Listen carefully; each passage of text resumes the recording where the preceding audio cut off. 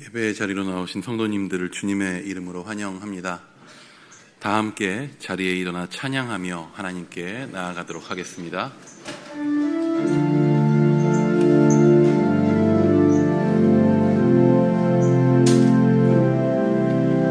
주께와 엎드려 경배드립니다. 주 계신 곳엔 기쁨 가득 무엇과도 누구와도 바꿀 수 없네. 예배드림이 기쁨 됩니다.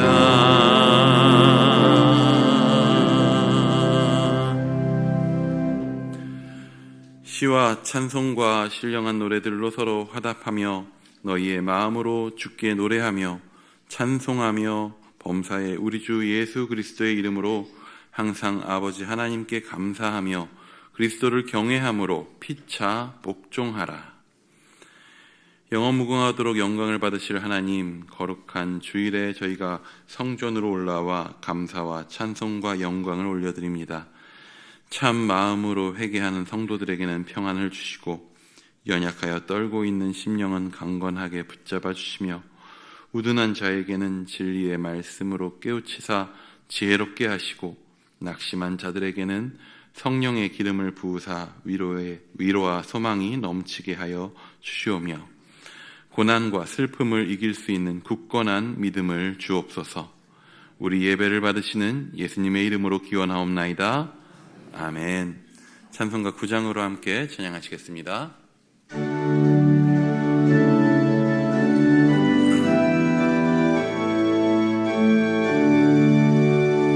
하늘에 가득 찬 영광의 하나님, 온 땅에 충만한 존귀하신 하나님, 생명과 빛으로 지혜와 권능으로 언제나 우리를 지키시는 하나님,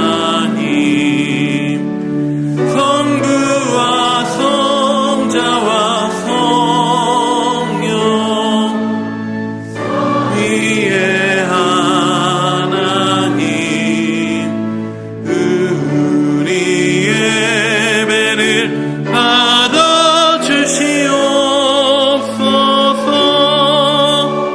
사랑이 넘치는 자비하신 하나님, 은혜가 풍성한 구원의 하나님, 참회의 심령에 평안을 주시옵고 죄악과 어물을 용서하여 주소서.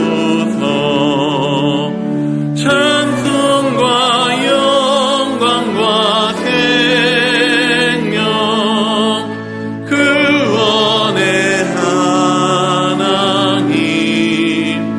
우리 예배를 받아주시옵소서.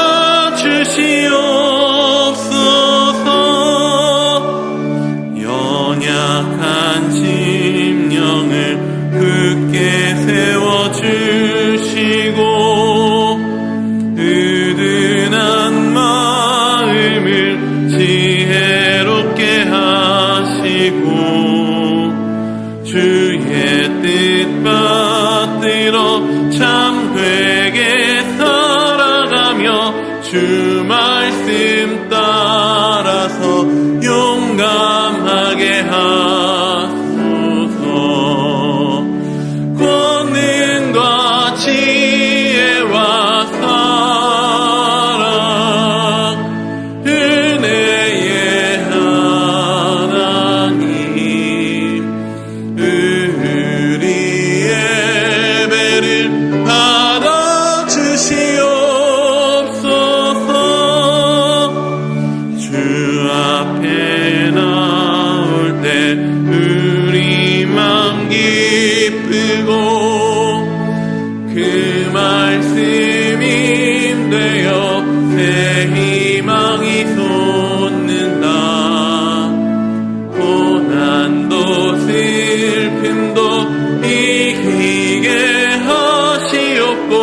영원에 잇대어 살아가게 하소서.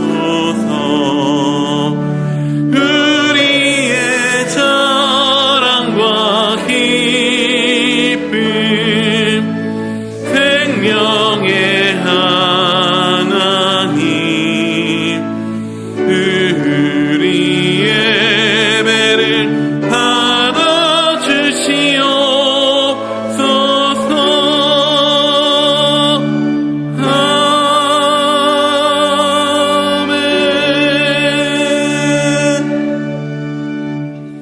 아멘. 자리에 앉으신 후에 성시를 교독하겠습니다. 성시 교독은 시편 119편입니다.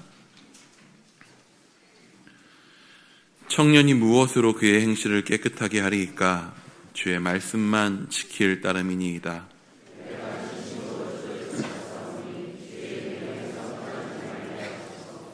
내가 주께 범죄하지 아니하려 하여 주의 말씀을 내 마음에 두었나이다.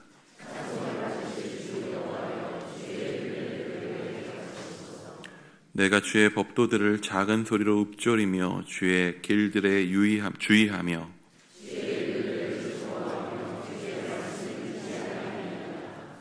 주의 법이 나의 즐거움이 되지 아니하였다면 내가 내 고난 중에 멸망하였으리이다.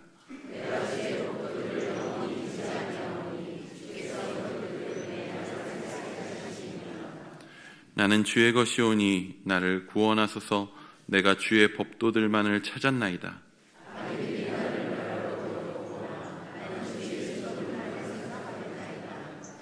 내가 보니 모든 완전한 것이 다 끝이 있어도 주의 계명들은 심히 넓으니이다.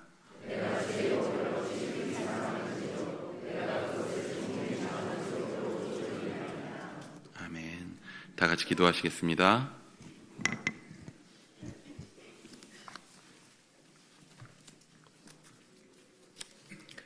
할렐루야. 우주 만물을 말씀으로 창조하신 하나님, 아름다운 계절을 주시니 감사합니다. 가을의 끝자락에서 저희의 삶을 돌아보며 주님의 은혜가 얼마나 크고 깊은지를 다시 한번 깨닫습니다. 주님, 지난 한 주간도 세상 일로 분주한 마음으로 살다가 주님 앞에 나왔습니다. 저희를 긍휼히 여겨주시고 이 시간 온전한 예배자로 서게 하옵소서. 우리나라를 사랑하셔서 오늘에 이르기까지 인도해 주심을 감사드립니다. 대통령과 위정자들에게 지혜와 명철을 주셔서 먼저 주님을 바로 알고 주님 안에서 바른 법을 세워가게 하옵소서. 정치, 경제, 사회 윤리가 바로 서게 하시며 격변하는 세계 정세에 주님이 주시는 지혜와 명철로 잘 대처하여 사람의 경험과 지식에 의해서가 아니라 오직 하나님의 섭리에 의하여 다스려지는 나라가 되게 하옵소서. 주님, 지금 세계는 전쟁으로, 지진으로, 이상기온으로 많은 사람들이 어려움 중에 있습니다. 고통 중에 있는 주님의 백성들을 긍휼히 여겨주시고 주님 안에서 소망을 가지고 회복되게 하옵소서.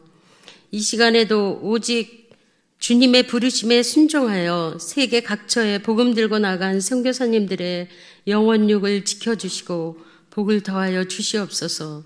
소외되고 어두운 곳에서 그리스도의 사랑을 실천하고 있는 주의 자녀들에게 풍성한 은혜와 동역자를 붙여주시고 필요를 채워주셔서 주님 주신 사명을 능히 감당케 하옵소서.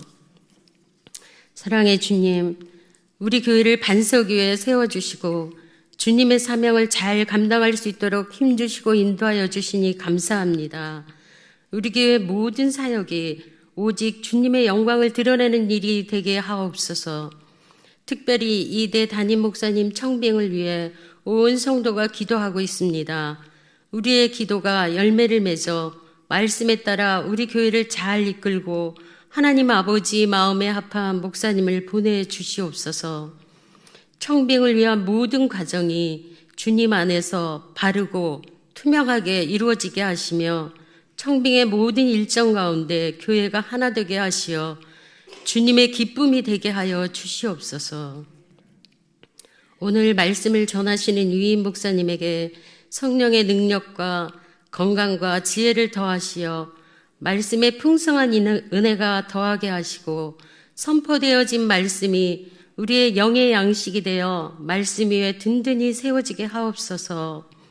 이 시간 질병으로 고통당하는 성도와 낙심한 성도, 상처 입은 성도들의 영혼육을 만지사 치유되고 용기를 얻고 회복되게 하옵소서. 모든 어려움 중에도 주님이 주시는 힘으로 넉넉히 이기며 주님의 은혜 가운데 살아가게 하옵소서. 감사함으로 준비한 시온 찬양대의 찬양을 기뻐 받으시고 여러 부서에서 예배를 돕고 섬기는 손길 위에 풍성한 복을 더하여 주시옵소서. 우리를 사랑하시고 구원하신 예수 그리스도의 이름으로 기도드리옵나이다. 아멘.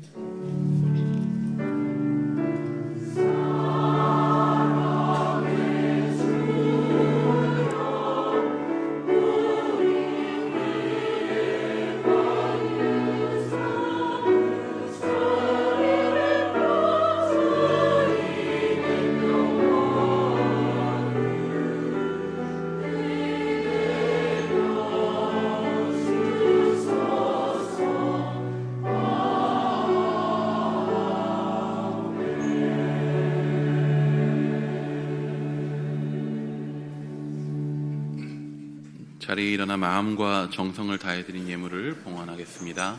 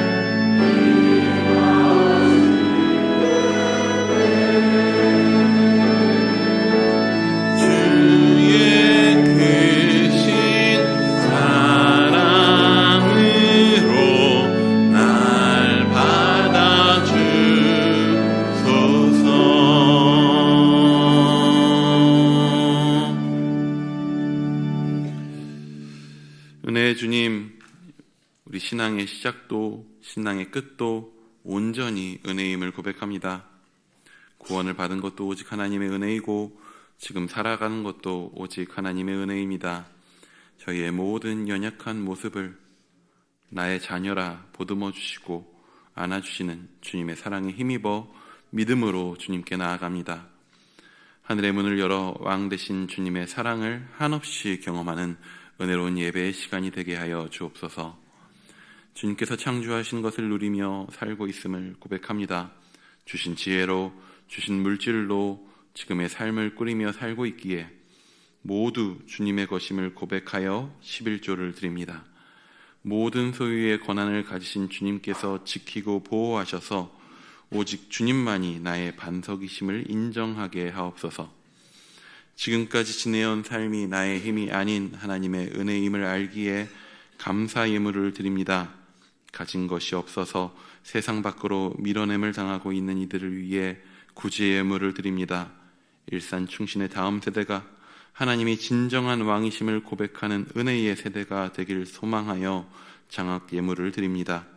하나님과의 약속을 지켜가고자 작정헌금과 지정헌금을 드립니다. 주님의 뜻대로 사용하여 주셔서 주님의 영광을 이 땅 위에 드러내는 일산충신의 가족들 되게 하여 주옵소서. 몸은 함께 있지 못하나 예배를 사모하는 환우들을 기억하시고 추운 겨울 국방의 의무를 다하는 일산충신의 청년들을 보호하시며 직장과 가정 등 여러 가지의 사정으로 예배에 함께하지 못한 모든 성도들에게도 크신 은혜로 동행하여 주셔서 공동체의 모두를 안아 보호하시는 하나님을 경험케 하여 주옵소서. 저희의 작은 부르짖음도 들으시고 기억하시며 돌보시는 우리 주 예수 그리스도의 이름으로 기도합니다. 아멘. 자리에 앉히겠습니다.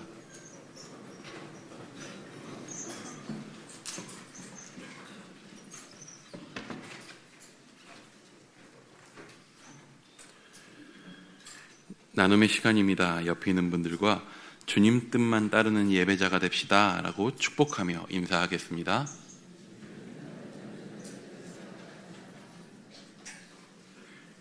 교회 소식을 나누겠습니다.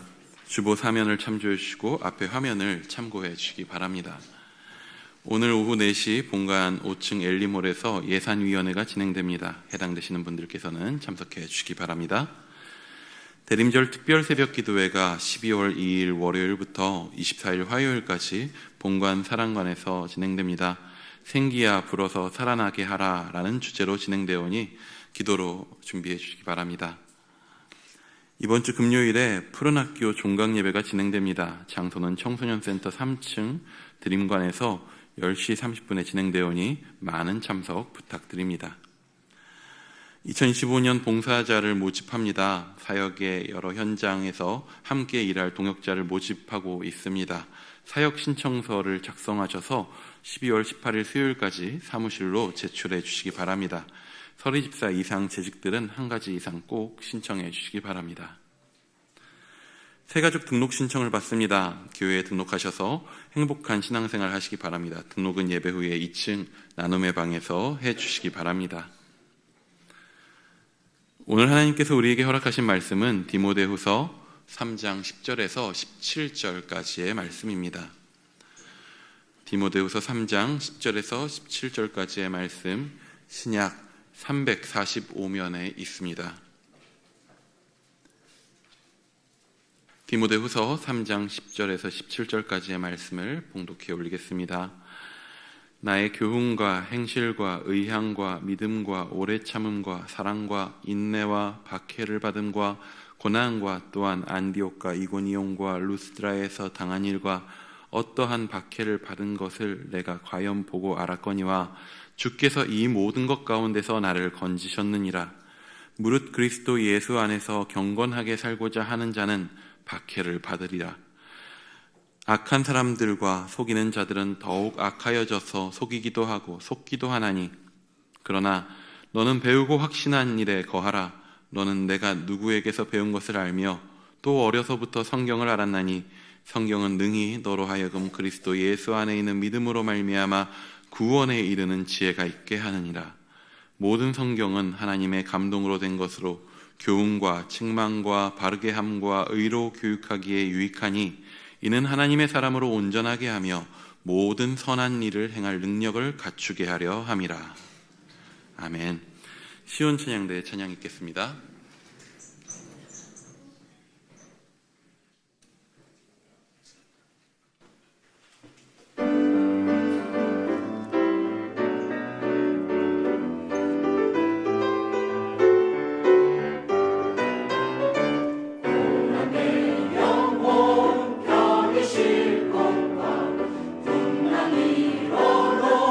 안전한 곳으로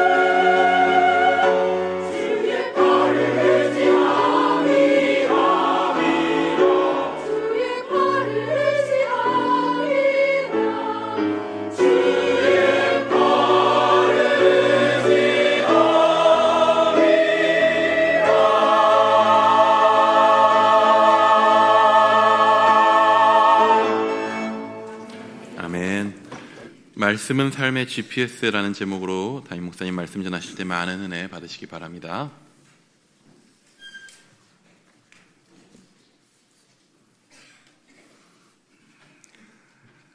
찰스 스윈델 목사님은 교회의 각성이라는 책에서 이런 말을 하고 있습니다.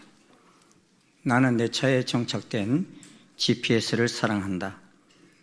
나는 어느 사이 그것에 의존해서 길을 찾게 되었다. 가고자 하는 곳에 주소 입력만 하면 알아서 안내해 주는 데다가 빠른 길도 알아서 찾아준다. 모든 경로가 눈앞에 제시되고 더구나 잠시 후 우회전합니다 하면서 친절하게 방향까지 알려준다. 때로 길을 잘못 갔어도 GPS는 절대 화를 내는 법이 없다. 내가 길을 잘못 들어도 친절하게 재탐색해서 명확하게 경로를 제시해 준다라고 했습니다. 어떤 때는 이 GPS가 참 고맙다는 생각이 듭니다.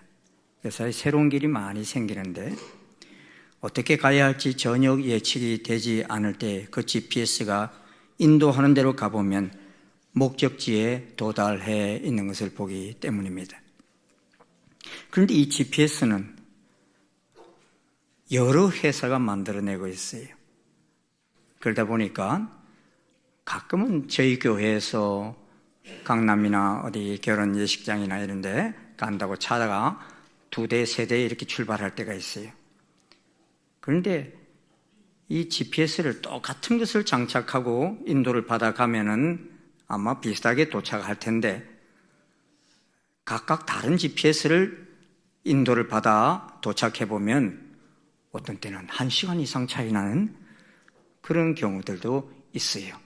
그래서 이 세상 GPS는 좋은 GPS도 있고 또 좀 떨어지는 GPS도 있구나 하는 생각을 하게 됩니다. 하지만 우리의 삶을 인도해주는 하나님의 위치 확인 시스템 GPS인 하나님의 말씀은 한 권밖에 없습니다. 할렐루야. 그리고 최상의 것이에요. 이 GPS가 얼마나 좋기에 수천 년 전에 만들어졌는데 지금까지 한 번도 바꾼 적이 없어요. 업그레이드를 한 적도 없고, 그런데도 아마 주님 오실 날까지 계속 쓰게 되는 GPS가 아닐까 생각합니다. 그러니까 참 탁월하지.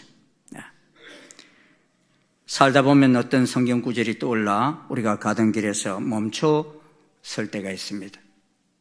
마치 하나님이 이렇게 말씀하시는 듯 합니다. 얘야, 나는 내 주의를 끌려고 애를 쓰고 있다. 이쪽으로 돌려라. 방향을 바꿔라. 내가 이끄는 대로 따라오기를 바란다. 그런 말씀을 하시는 것 같습니다. 하나님 말씀은 제 인생에서 여러 번 길을 인도해 주셨고 또 길을 잃고 방황할 때 제 탐색을 하게 해 주셨습니다. 그리고 너무나 두렵고 떨리는 그런 상황 속에서 마음에 평안을 주기도 했습니다. 그러므로 하나님 말씀과 함께 길을 걷는 시간이 점점 많아지는 것은 하나님의 사람으로 온전히 세워져 가는 길임을 발견합니다. 그런데 사람들은 하나님 말씀을 읽고 공부하면서도 어떤 때는 그 말씀대로 살면 나의 경제에 큰 손실을 줄 것 같은 부담감을 가지고 이 말씀의 GPS 인도에 순종하지 않는 경우들이 많습니다. 내 생각대로, 내 경험대로 달려가기를 좋아합니다. 그러다가 엄청난 손해를 경험하며 살아갑니다. 또 하나님 말씀의 이끄심을 따라 살다 보면 저 원수 같은 이와 화해하고 살아야 한다는 것 때문에 그것을 외면하다가 마음의 병을 치료받지 못하고 조기에 사망하는 그런 사람도 봤습니다. 여러분, 갑자기 무너지는 건물은 없습니다. 사실 우리가 감지하지 못했을 뿐이지 계속해서 균열이 일어나고 있다가 어떤 충격에 의해서 지진이나 이런 것에 그냥 무너져 버리는 것입니다. 교회 생활 잘 하던 사람이 서서히 붕괴되어지는 것을 생각해 보셨습니까? 항상 교회 생활을 바쁘게 한다고 우리의 신앙이 바로 서는 것이 아닙니다. 사실은 이 세상 속에서 견고하게 신앙을 지켜가는 것을 배워야 하고 이 급변하는 세상 속에서 흔들리지 않고 살아가는 법을 늘 배워야 합니다. 늘 묵상해야 합니다. 늘 인도함을 받아야 합니다. 그리고 내가 지금 어디 서 있는지를 인식하고 확인해야 합니다. 그렇지 않으면 굉장히 신앙적인 사람 같은데 어느 날 보면 바리새인처럼 살아가는 사람이 되어 있는 모습도 보게 됩니다. 이유가 무엇입니까? 말씀 따라 사는 삶은 하루아침에 생겨나지 않기 때문인 것입니다. 경건의 능력은 말씀 앞에서 철저히 자신을 훈련하고 헌신해야 하기 때문인 것입니다. 스카펙은 아비의 자녀라는 책에서 이런 말을 합니다. 훈련이 없이는 우리는 아무것도 풀 수 없다. 약간의 훈련만이 있으면 약간의 문제를 풀 수 있다. 전폭적인 훈련이 있으면 모든 문제를 풀 수 있다 했습니다. 그러므로 우리는 경건의 모양만 갖춘 그리스도인이 아니라 경건의 능력을 갖춘 그리스도인으로서 훈련하지 않으면 위험하다는 것입니다. 그러므로 우리는 예수님이 다시 오실 날이 가까웠다는 것도 알아야 합니다. 예수님께서 이 세상에 초림하실 때 대제사장과 서기관들이 있었습니다. 이들은 성경을 많이 보았기에 메시아가 베들레헴에서 태어난다는 것을 아는 사람들이었습니다. 그런데 외부에서 온 동방박사들이 왕이 태어나셨는데 어디에 태어나셨느냐 하고 물었을 때 그들은 자신의 입술로 왕이 베들레헴에서 태어났을 것이다 이렇게 말합니다.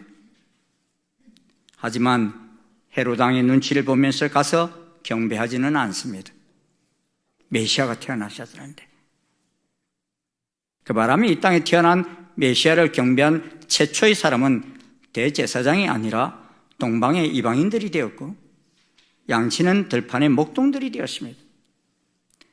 대제사장이 왜 메시아 탄생을 제일 먼저 반기지 못하였습니까? 종교의 영을 가진 사람들이었기에 자기가 원하는 바를 얻기 위해서 하나님 말씀을 이용하는 데 머물렀기 때문이었습니다. 이들은 하나님 말씀을 듣고 순종하기보다는 자기 바램을 첨부하여 아전 인수격으로 말씀을 받아들이고 있었기 때문인 것입니다. 임재라는 책을 쓴 존 비비언은 그의 책에서 이런 말을 합니다. 하나님 말씀을 듣고 그 말씀을 실천으로 옮기지 않는 것은 자신을 속이는 것이나 마찬가지다. 그들은 감사할 줄 모르며 남을 용서하지 않고 사랑의 마음도 없으며 하나님 말씀에 대부분 불순종한다. 하나님 말씀을 전혀 들어보지 못한 사람들의 삶과 별반 차이가 없다. 게다가 마음의 중심에는 이기심이 자리 잡고 있다 했습니다. 사도 바울은 그런 사람들을 향해서 항상 배우나 끝내 진리의 지식에 이를 수 없는 자다 이렇게 말씀하고 있습니다. 그런 자들은 영적으로 속이기도 하고 속기도 한다는 것입니다. 그런 자들은 자기가 구원받은 사람이라고 주장하겠지만 성령의 능력으로 변화받지 못한 사람이라는 것입니다. 그래서 오늘 본문에서는 바울은 영적 아들인 디모데에게 강력하게 너는 배우고 확신한 일에 거하라 이렇게 말씀하고 있습니다. 우리 한번 따라해 볼까요? 너는 배우고 확신한 일에 거하라. 배우는 것으로 끝내지 말고 배워서 확신한 일에 거하라 했는데 이 확신한 일에 거하라는 이 말씀을 세번역 성경에서는 굳게 믿는 그 진리 안에 머무십시오 그랬고 쉬운 성경에서는 지금까지 배워온 가르침을 계속 쫓아가십시오 이렇게 말하고 있습니다. 사람은 평생 배우며 사는 존재입니다. 학교에서만 배우는 것이 아닙니다. 가정생활에서도 배우고 세상 속에서도 배웁니다. 그런데 배우되 하나님 말씀에 비춰보면서 배워야 한다는 것입니다. 사랑하는 성도 여러분, 말씀을 배우고 배워서 굳게 믿는 그 진리 안에 머무십시오. 순종하기 위해서 제일 먼저 해야 할 일은 순종해야 할 하나님의 말씀을 배워야 하는 것입니다. 말씀을 배워야 이 시대를 분별할 수 있습니다. 말씀을 배우지 않으면 이 시대에 일어나고 있는 많은 사건들을 보면서도 그 의미를 모릅니다. 우리가 지금 어느 시대에 살고 있는지를 모릅니다.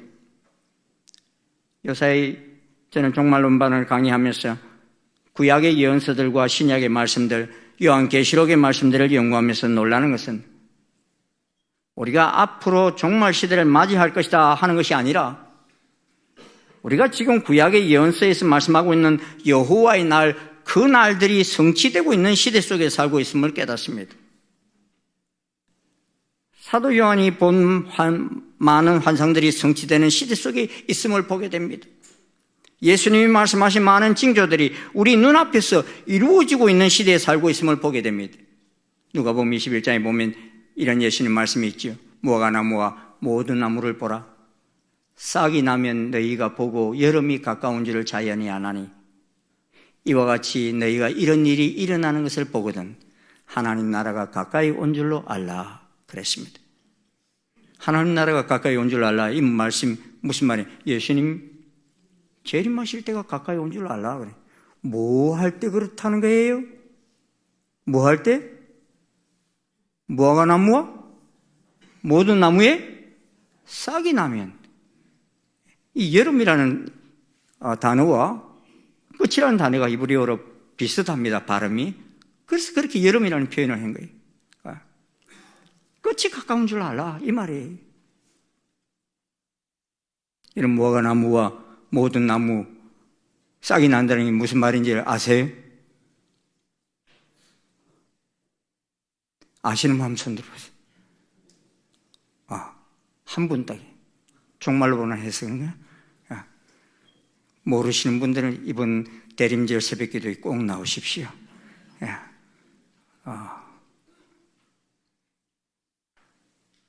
꼴짝이 마른 뼈들에게 힘줄과 살을 입히고 가죽으로 덮고 그 속에 생기를 불어넣어줘서 큰 군대가 되어지는 모습을 에스겔 37장에서 우리는 봅니다. 우리 집사람은 그래요. 일부 때 제가 이거 여기까지만 딱 하고 이게 무슨 의미다 말을 안 했거든요. 왜 그 말 안 하네요. 대림절 새벽에 말하려고.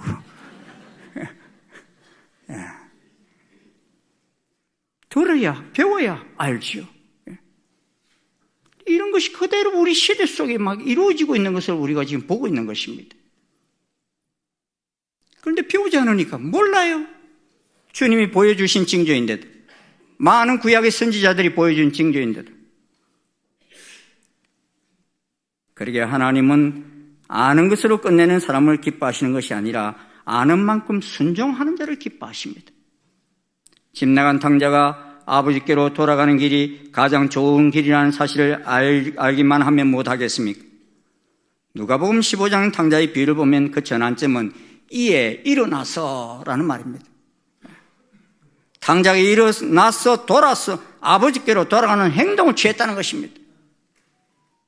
성경을 읽어야지, 성경은 내 영의 양식이야 하고 100번 생각만 하면 무엇하겠습니까? 성경을 읽고 묵상하고 되새김질하고 그 약속을 그대로 실천하기 전에는 내 속에 아무런 변화도 일어나지 않는다는 것입니다. 그래서 본문 14절은 뭐라고 말합니까? 그러나 너는 이렇게 말씀하고 있습니다. 종말의 때가 이 디모데후서 3장 1절에서부터 쫙 나오죠. 그 많은 이야기들을 하면서 그러나 너는 그렇게 살면 안 된다. 악한 사람들과 속이는 자들은 어차피 하나님 말씀 따라 살고자 하는 마음이 없습니다. 그러게 늘 진리를 대적하며 살려고 합니다. 그리스도 안에서 경건하게 살고자 하는 의지가 없습니다. 그러나 너는 하나님의 백성이기에 하나님 백성들은 말세에 고통하는 때가 다가오고 핍박과 박해가 있을지라도 이 하나님 말씀을 배우고 확실한 일에 거해야 한다는 것입니다. 이유가 무엇입니까? 첫째는 말씀엔 구원에 이르는 지혜가 있기 때문입니다. 우리 한번 15절 같이 한번 읽어보시겠습니다. 시작. 또 어려서부터 성경을 알았나니 성경은 능히 너로 하여금 그리스도 예수 안에 있는 믿음으로 말미암아 구원에 이르는 지혜가 있게 하느니라. 디모데는 어려서부터 성경을 알았습니다.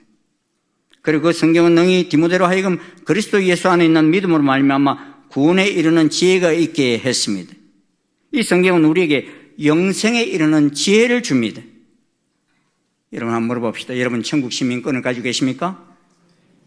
그럼 돌아가시면 천국에 들어가실 수 있어요? 그러면 다시 한번 물어봅시다. 천국 문에서 내가 너를 왜 천국에 들어보내줘야 되겠느냐 하고 천사가 물으면 여러분 뭐라 대답하실 거예요? 나를 구원하신 예수님을 믿음으로? 그렇습니까? 그런 말씀이 어디 있어요? 여러분 감정이에요? 그게 말씀이에요? 말씀이에요? 말씀 어디에요? 요한복음 3장 16절? 안 그러면 창세기 1장 1절부터 요한계시록까지 다 뒤져볼까요? 여러분 분명히 그 말씀을 주소는 적어도 알고 있어야지. 내가 천국 시민권을 가졌다는 것을 확정할 수 있는 주소는, 말씀의 주소는 분명히 알고 있어야 돼요. 요한복음 14장 6절은 뭐라 말씀합니까? 예수께서 이르시되, 우리 같이 한번 읽어봅시다. 시작. 예수께서 이르시되 내가 곧 길이요 진리요 생명이니 나로 말미암지 않고는 아버지께로 올 자가 없느니라. 아버지께로 올 자가 없다는 말은 천국에 들어올 수 있는 자가 없다는 거예요. 누구로 말미암지 않으면? 나가 누굽니까? 예수님이지요. 예수님이 길이요 진리요 생명이시기 때문에 그렇다는 것입니다. 할렐루야. 요한복음 1장 12절은 뭐라고 그럽니까? 영접하는 자 곧 그 이름을 믿는 자들에게는 하나님의 자녀가 되는 권세를 주셨으니. 그 이름 누구 이름이에요? 예수님을 믿는다. 여러분 그게 무슨 뜻입니까? 예수님의 하나님의 아들 그리스도시요 나의 죄를 구원하신 하나님의 어린 양, 어린 양이라는 그것을 믿는, 구세주라는 사실을 믿는다는 거죠. 그걸 우리가 줄여서 예수 믿는다 이렇게 말하는 거예요. 여러분 예수 믿습니까? 그럼 예, 그렇게 대답하는 것은 나는 예수님이 메시아심을 믿습니다. 그분이 내 죄를 위해서 대신 십자가에 달려 들어오신 구세주이심을 믿습니다. 이 말이 함축되어 있다는 사실을 분명하게 믿으셔야 됩니다. 그리고 그 말씀의 근거도 분명하게 한 절 정도는 분명하게 여러분 가지고 있어야 돼요. 사랑하는 여러분, 디모데는 어려서부터 이 말씀을 배워서 알았다고 했습니다. 그런데 우리의 자녀들은 이 영생에 이르는 지혜의 말씀을 알고 있을까요? 여러분 자녀들도 여러분처럼 그렇게 대답할 수 있을까요? 주 예수를 믿으라. 그리하면 너와 내 집이 구원을 얻으리라 그랬지요. 이 집이라는 속에는 나의 자녀들과 또 한 집에 사는 식구들을 다 의미하죠.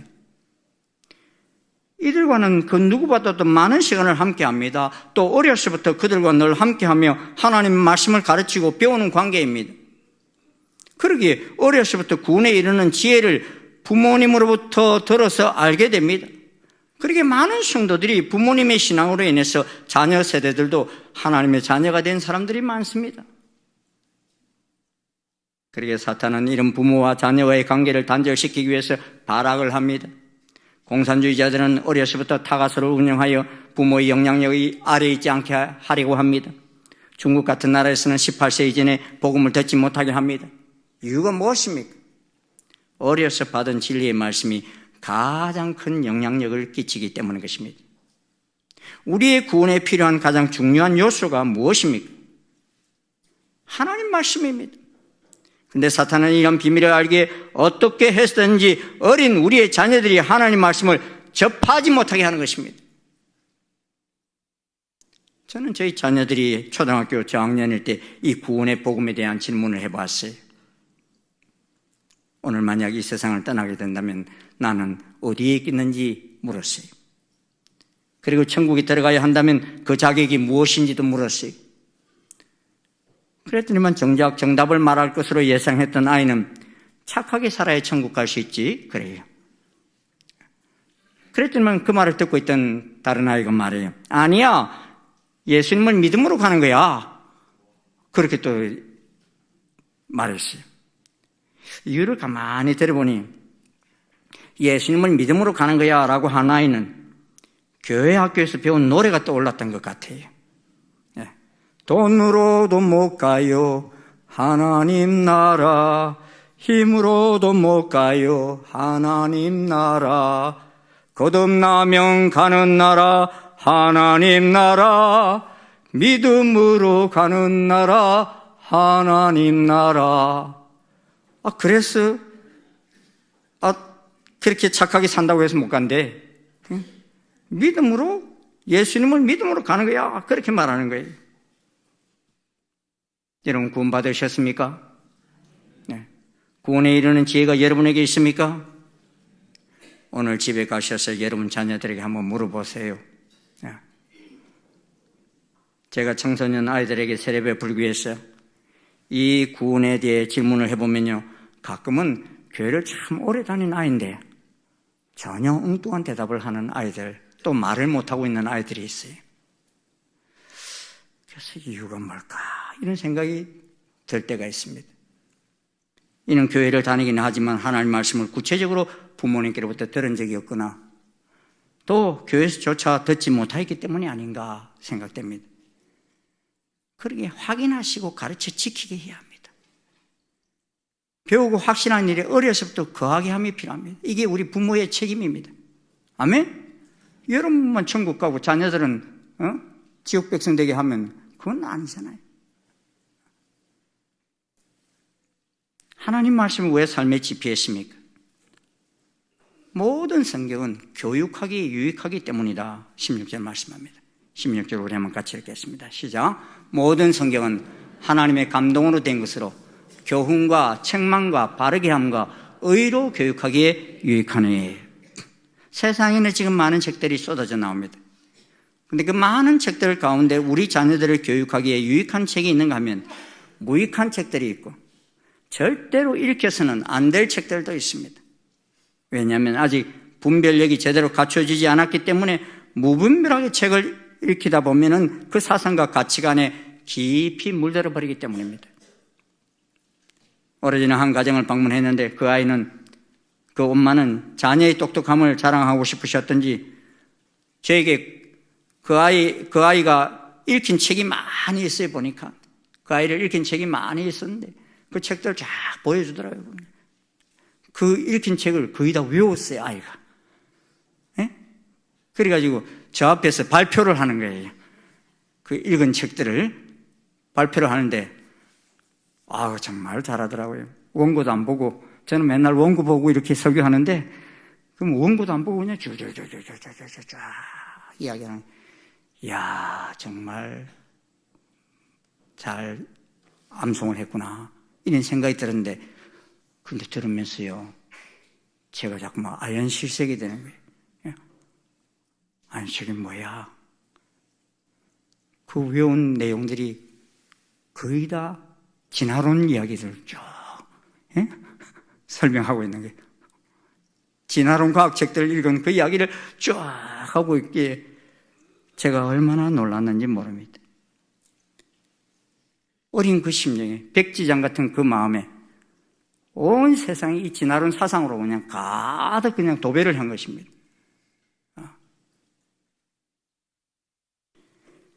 오늘 본문 말씀합니다. 사람이 지어낸 그러한 책들이 교육하기에 유익하다고 하지 않고 하나님의 감동으로 된 성경 말씀이 교육하기에 유익하다 말씀하십니다.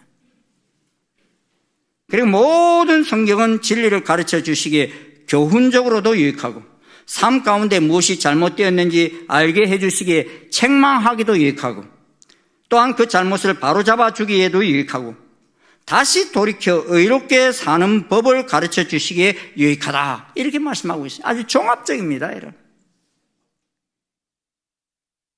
본문은 모든 성경은 유익하다 그랬어요. 어느 책은 유익하고 어느 책은 무익한 책이 아니라는 것입니다. 우리가 읽고 공부하는 책은 구약 성경도 있고 신약 성경도 있습니다. 근데 사람들은 이 66권 가운데서도 어려워하는 책들이 있어요. 별로 공부 안 하고 그냥 읽다가도 쑥 넘기려고 하는 책들이 있어요. 창세기부터 결심하고 읽기 시작하다가 어디 가서 꼭 걸려요? 레위기 가면 그냥 이러다가 졸다가 그냥 넘어가 버리고 뛰어넘고 그냥 출애굽기로 가버리는 사람들. 또 한참 가다가 저는 청소년 때 읽어가다가 어디에서 걸렸는 아가서에서 걸리더라고요. 이 청소년이 막 그 아가서를 읽으려 하니까 얼마나 힘들던지요. 그냥 막 뛰어넘어가고 어떤 사람들은 또 신약에 와가지고 요한계시록 읽다가 그냥 못 맞히고 그냥 덮어버리는 사람들도 있지. 이게 무슨 말씀인지 많은 환상들이 보이는데 깨닫지를 못하는 거예요. 그런데 참 재밌는 것은요, 이 구약의 교회들이 그래서 한동안 구약의 예언서와 신약의 요한계시록 같은 말씀, 이 책망의 말씀이 많고 또 이해하기도 힘들다고 회피한 적이 많아요. 그러는 사이에 이단들은 꼭 그런 말씀을 가지고 또 가르쳐요. 그리고 유혹해요. 근데 우리 기성교인들이 그 말씀을 공부하지 않았으니까 그 말씀 가지고 유혹하면 그냥 막 넘어가는 거예요. 왜요? 배운 적이 없으니까. 분별이 안 되니까. 그래서 저희들이 요사이 이 강단에서도 성경 66권을 빠짐없이 듣고 배울 수 있도록 5년 사이클로 지금 말씀을 선포하고 있는 거예요. 이 본문 선택을 제가 하지 않아요. 이미 다 짜여져 있어요. 5년 스케줄이. 그래서 오늘 이 말씀을 선포해라. 그럼 이 말씀 제가 선포하는 거예요. 그러면은 5년 정도 사이클이 돌면 한 번은 여러분들이 다 창세기부터 요한계시록까지 접할 수 있기 때문에 그렇게 선택해서 설교하고 있는 것입니다. 이유가 뭡니까? 골고루 먹이고 싶어서 그런 거예요. 사실은 요리하는 저는 쉽지 않습니다. 저도 어떤 때는 그냥 지나가고 싶은 말씀들이 있기 때문입니다. 하지만 이를 그대로 시행하다 보니 하나님 말씀을 골고루 접할 수 있게 된 것입니다. 66권의 말씀 가운데 다루지 않는 말씀은 거의 없다시피 합니다. 사랑하는 성도 여러분, 말씀을 골고루 드셔보십시오. 어떤 말씀은 우리 기도 생활에 유익한 말씀이 있고 전도하는 데 힘을 주시는 말씀이 있습니다. 어떤 말씀은 이 시대를 분별하는 데 지혜를 주시는 말씀도 있고 어떤 말씀은 우리가 이 세상을 살아가는 데 있어서 길이 되는 말씀도 있습니다. 하나님께서 우리에게 유익하도록 1600년이라는 장구한 세월 동안 히브리어로, 아람어로, 헬라어로 40여 명의 사람들을 동원하여 기록하여 우리에게 주셨습니다. 우리가 유대인들에게 참 감사해야 할 내용 중에 하나가 이 기록한 성경을 기록한 40여 명의 대부분이 유대인들이기 때문입니다. 또 이들이 이렇게 오랜 세월 동안 이 말씀을 잘 기록하여 전수를 하였기에 오늘 우리들이 접할 수 있게 됐다는 것입니다. 그런데 그들 모두는 사람의 생각으로 기록한 것이 아닙니다.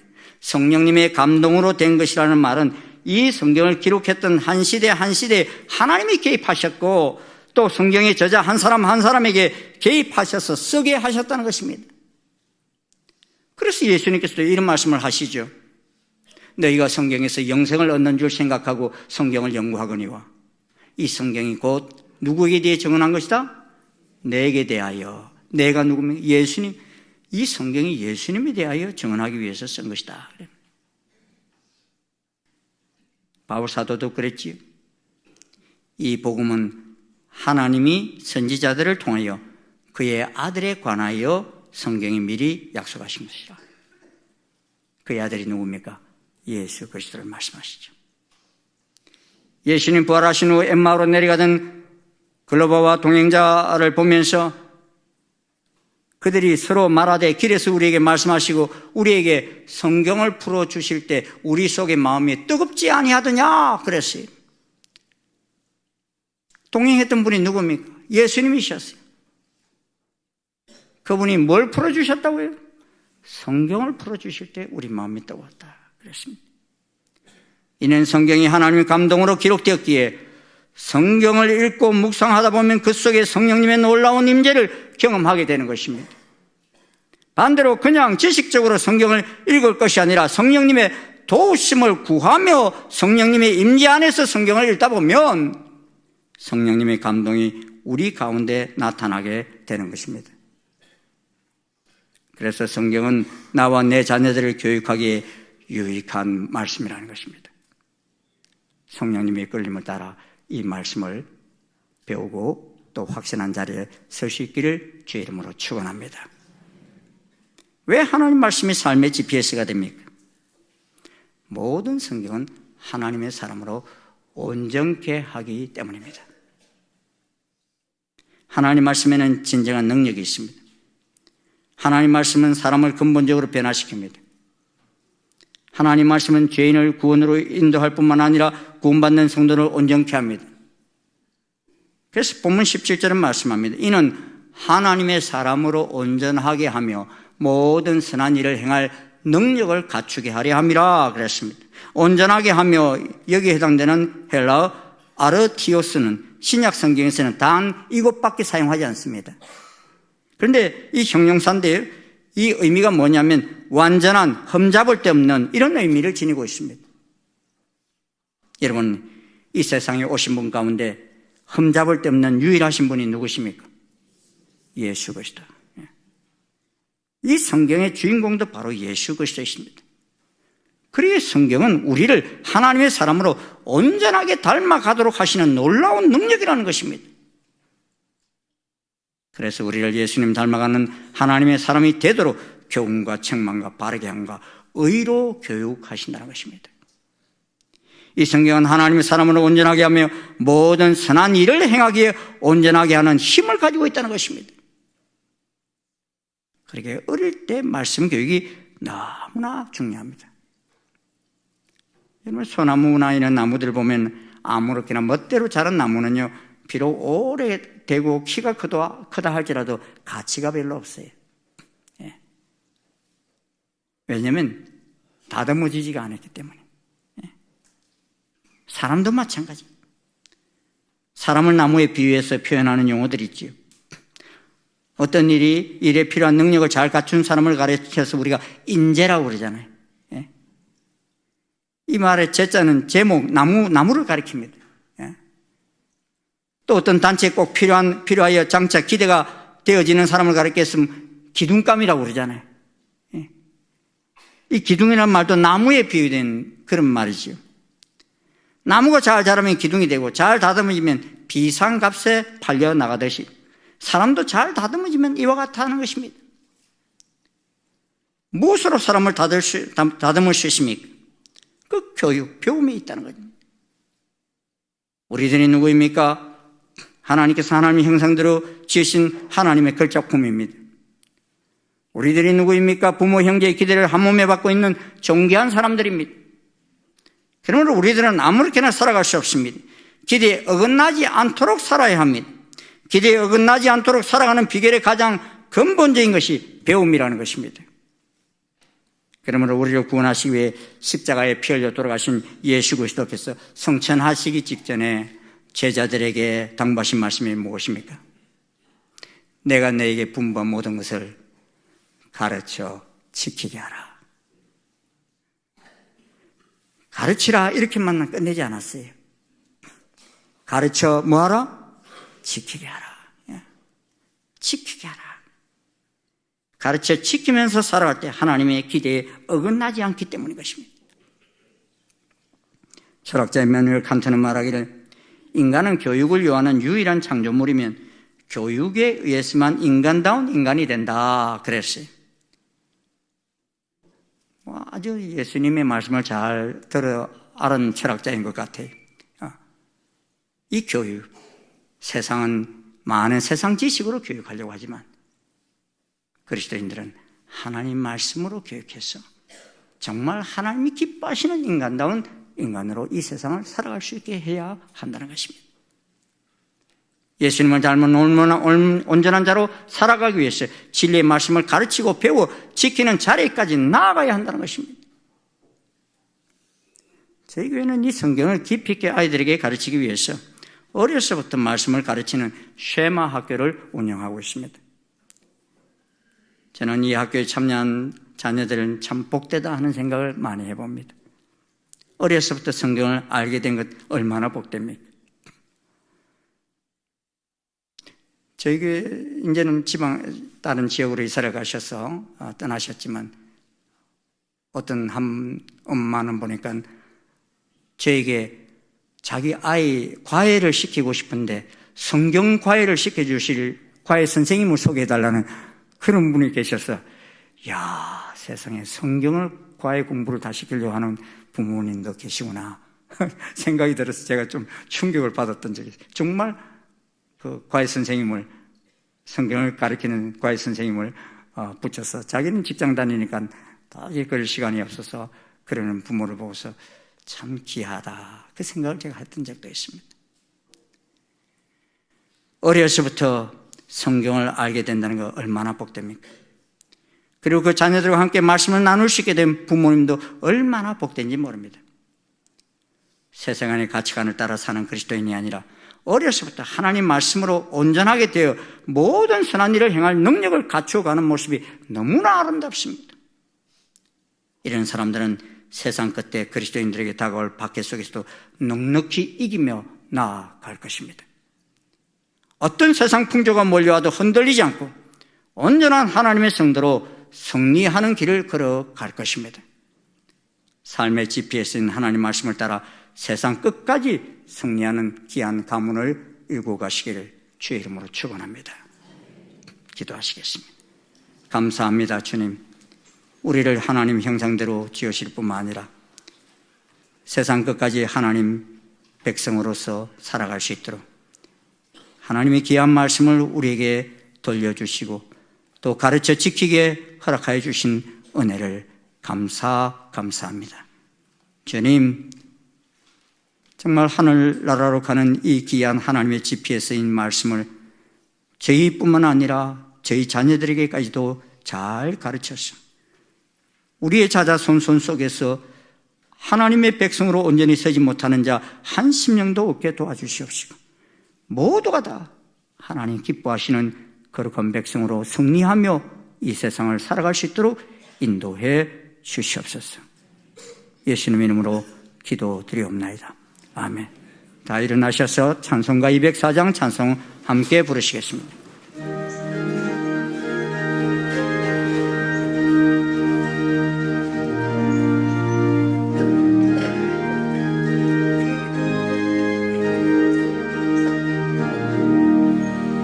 주의 말씀 듣고서 준행하는 자는 반석 위에 터놨고 집을 지음 같아.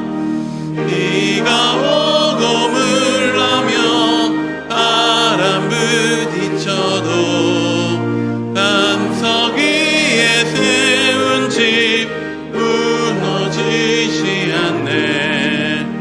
잘 짓고 잘 짓세 우리 집 잘 짓세. 만세 반석 위에다 우리 집 잘 짓세. 주의 말씀 듣고도 행치 않는 자는 모래 위에 터놨고 집을 지음 같아. 비가 오고 물나며 바람 부딪힐 때 모래 위에 세운 집 크게 무너지네.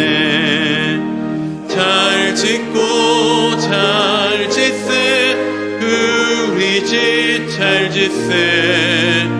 만세 반석 위에다 우리 집 잘 짓세.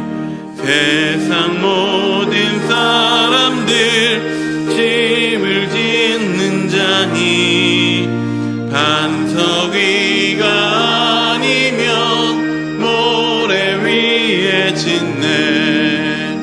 우리 구주 오셔서 지은 상을 줄 때 세운 공로 따라서 영영상벌 주리.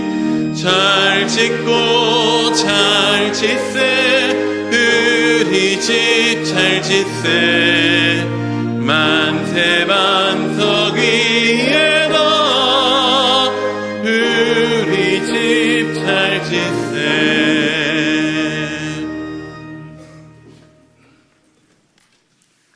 지금은 우리 주 예수 그리스도의 한량없으신 은혜와 하나님 아버지의 지극하신 사랑과 성령님의 교통 역사하심이 하나님 말씀으로 우리의 집을 잘 지어가기를 결심하고 나아가는 아버지 모든 주의 자녀들 머리 위에 그 가정 위에 지금부터 영원토록 함께 하옵시기를 간절히 축원하옵나이다.